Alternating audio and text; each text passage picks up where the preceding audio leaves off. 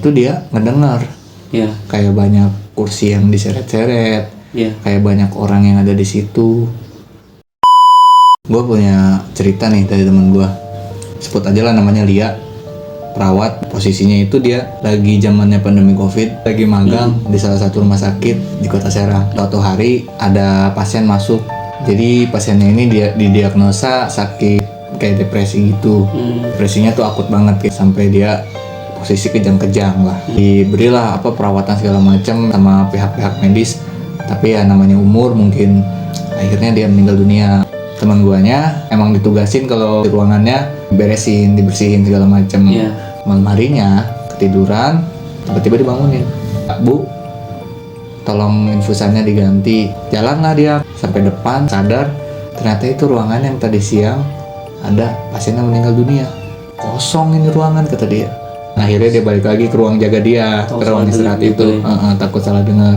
Kalau misalkan emang benar-benar ada yang harus diganti infusan, pasti dia balik lagi lah, Buat minta lagi gitu. minta lagi.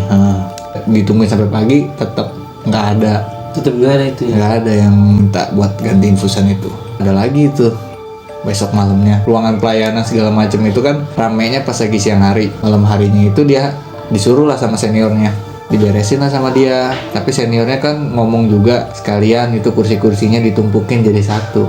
Si Lia mungkin agak ngeyel, itu kursinya nggak ditumpukin, dianggapnya udah beres. Terus Akhirnya dia istirahat, balik lagi ke ruang istirahat bareng sama seniornya.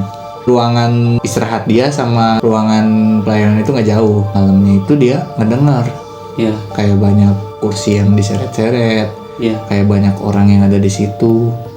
Jadi pokoknya rusuh lah itu ruangan. Si seniornya tuh sadar kalau si Lia nggak numpukin kursinya. Sering gitu. Mungkin sering terjadi kejadian. gitu. Makanya si senior suruh tumpukin lah kursinya. Akhirnya mereka karena penasaran, ya udahlah dicek bareng-bareng ke ruangan itu. Ternyata ruangannya kosong. Terus acak-acak kan? Enggak. Masih rapi. Heeh. Anjir. Jadi ibaratnya kayak nggak ada orang lah gitu. Ada lagi kejadian yang ketiga, posisi jaga malam juga. Jaga malam terus itu ya kejadiannya. Zamannya COVID. Iya. Jadi kalau misalkan pasien itu nggak dibolehin, ada pendampingnya lah. Jadi pihak keluarga nggak boleh ngedampingin. Suntuk lah, dia kan sendirian, pice lah, ngobrol segala macem. Temennya itu nyeletuk, itu di belakang lo ada orang. Jadi kondisinya dia lagi pice, Iya. belakangnya ada jendela. Si temennya ngomong, di belakang lo ada orang, ada yang minta apa kali, kata dianya, kata si temennya itu. Yang bener sih kata si Lianya itu, gua sendirian doang di sini jaganya. Iya. Akhirnya tuh benar kata si temennya itu, benar. Coba lo lihat. Dia lihat ke belakang, ke jendelanya itu. Ternyata nggak ada apa-apa. Si Lianya ini ngomong ke temennya, lu jangan nakut-nakutin gua lah. Udah akhirnya dia matiin lah VC-nya. Biarin nggak terlalu mikirin, si Lianya ini pergi patroli. Ya udahlah dia ngecekin gitu si pasiennya nih. Udah pada tidur apa belum, atau ada siapa tahu ada yang mau dibutuhin kan sama dia.